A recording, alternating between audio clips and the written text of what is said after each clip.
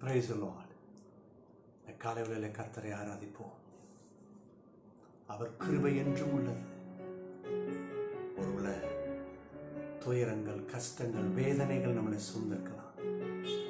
இந்த சூழ்நிலையில் அவருடைய சமூகத்தில் வாங்க, வழி பிறக்கும். அவர் மாறாதவர்.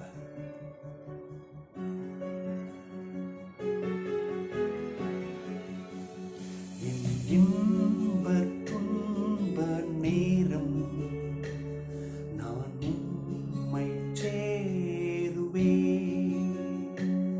என் இன்ப துன்ப நேரம் நான் உம்மை சேருவேன்.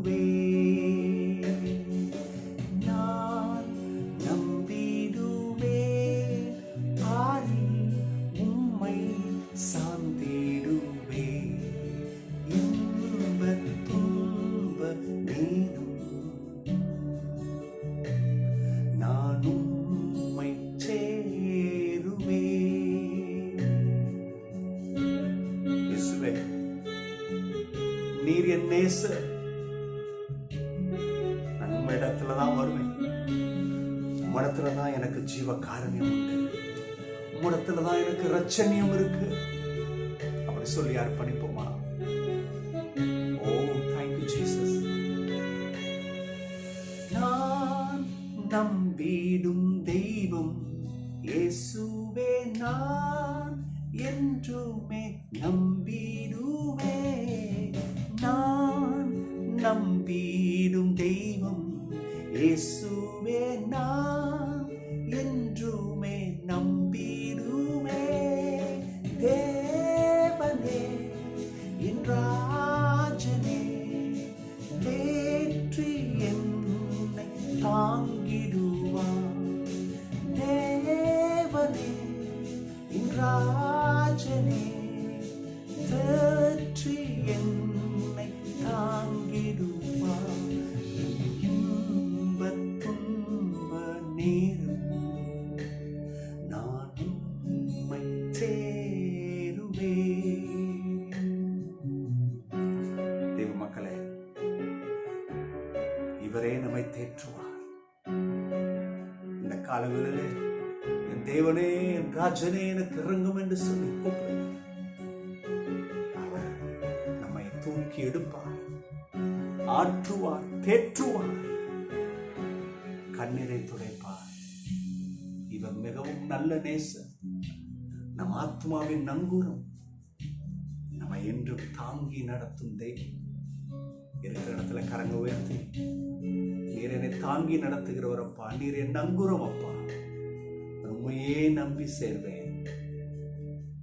என்னை அர்ப்பணிக்கிறேன், அர்ப்பணிங்க.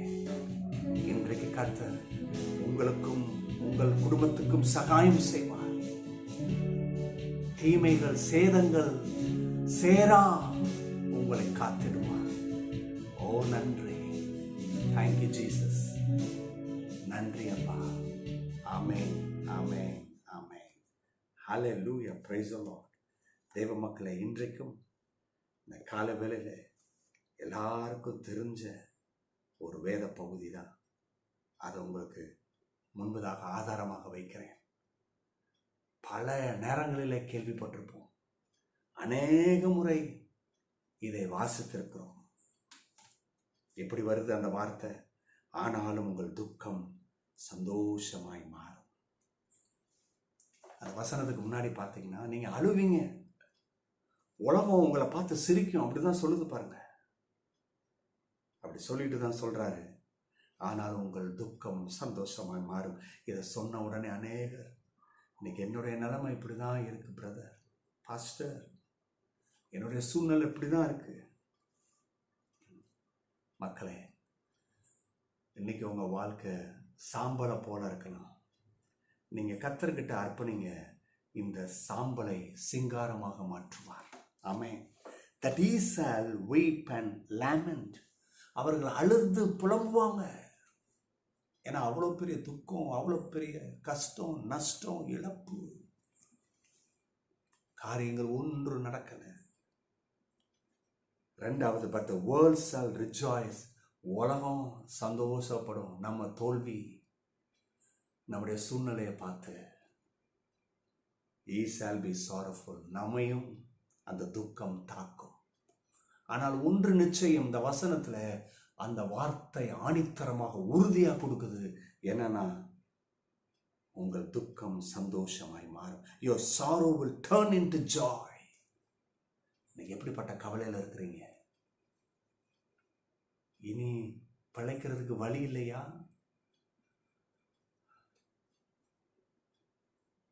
கர்த்தரை நம்புங்க.